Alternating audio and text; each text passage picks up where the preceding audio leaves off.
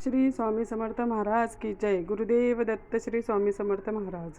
तर आज स्वामींच्या नैवेद्याची तयारी.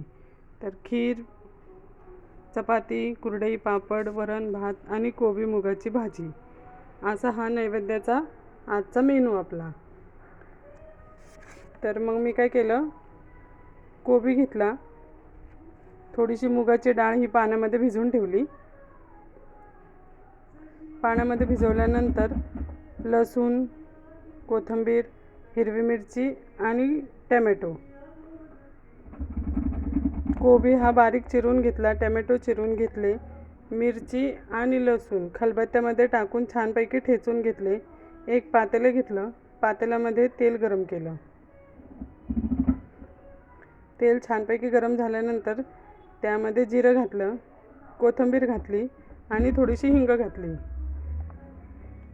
आणि आपण जी ठेचून ठेवलेली हिरवी मिरची आणि लसूण होती ते टाकून छानपैकी परतून घेतलं.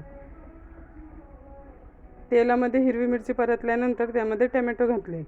टोमॅटो छान मऊ होऊस्तवर परतून घेतले. नंतर आलं लसणाची पेस्ट घातली. परतल्यानंतर त्यामध्ये हळद, गरम मसाला, धनेजिरं पावडर आणि मीठ टाकून पुन्हा एकदा छानपैकी मिक्स करून घेतले. तर हे मिक्स झाल्यानंतर आपण जी मुगाची डाळ भिजवून ठेवली होती ती निथळून ती ह्याच्यामध्ये टाकली. नंतर फोडणीमध्ये मुगाची डाळ टाकल्यानंतर पुन्हा एकदा मिक्स करून थोडीशी वाफेवर शिजवून घेतली. नंतर जो कोबी धुवून चिरून ठेवला होता तो कोबी टाकला आणि पुन्हा एकदा मिक्स केला. छानपैकी मिक्स करून झाल्यानंतर वरतून थोडीशी कोथिंबीर टाकली आणि एक झाकण लावून एक 10 मिनटं मंद आचेवरती छानपैकी वाफवून घेतली. वाफवून घेतल्यानंतर पहा किती छानपैकी आपली भाजी रेडी झाली. ह्याला पुन्हा एकदा परतायचं. ज्यामध्ये मुगाची डाळ आपण टाकली ती थोडीशी शिजू द्यावी म्हणून अजून एक 10 मिनटं पुन्हा एकदा छानपैकी परतून घेतले. पहा किती मस्तपैकी आपली कोबीची भाजी तयार झाली आहे. खूप चविष्ट लागते ही भाजी, तुम्ही नक्की ट्राय करा. नंतर भात केला, नंतर वरणाला फोडणी घातली. तिखट वरण केलं होतं, तिखट वरणाला छानपैकी फोडणी घातली.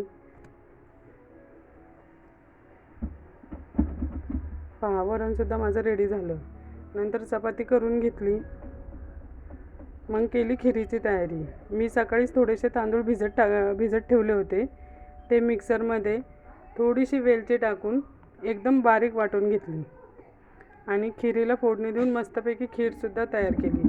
पहा खीर, वरण, कोबीची भाजी, भात, चपाती, कुरडई आणि पापड असा मस्तपैकी मेनू रेडी झाला. तर कसा वाटला नक्की सांगा. Thank you so much. धन्यवाद.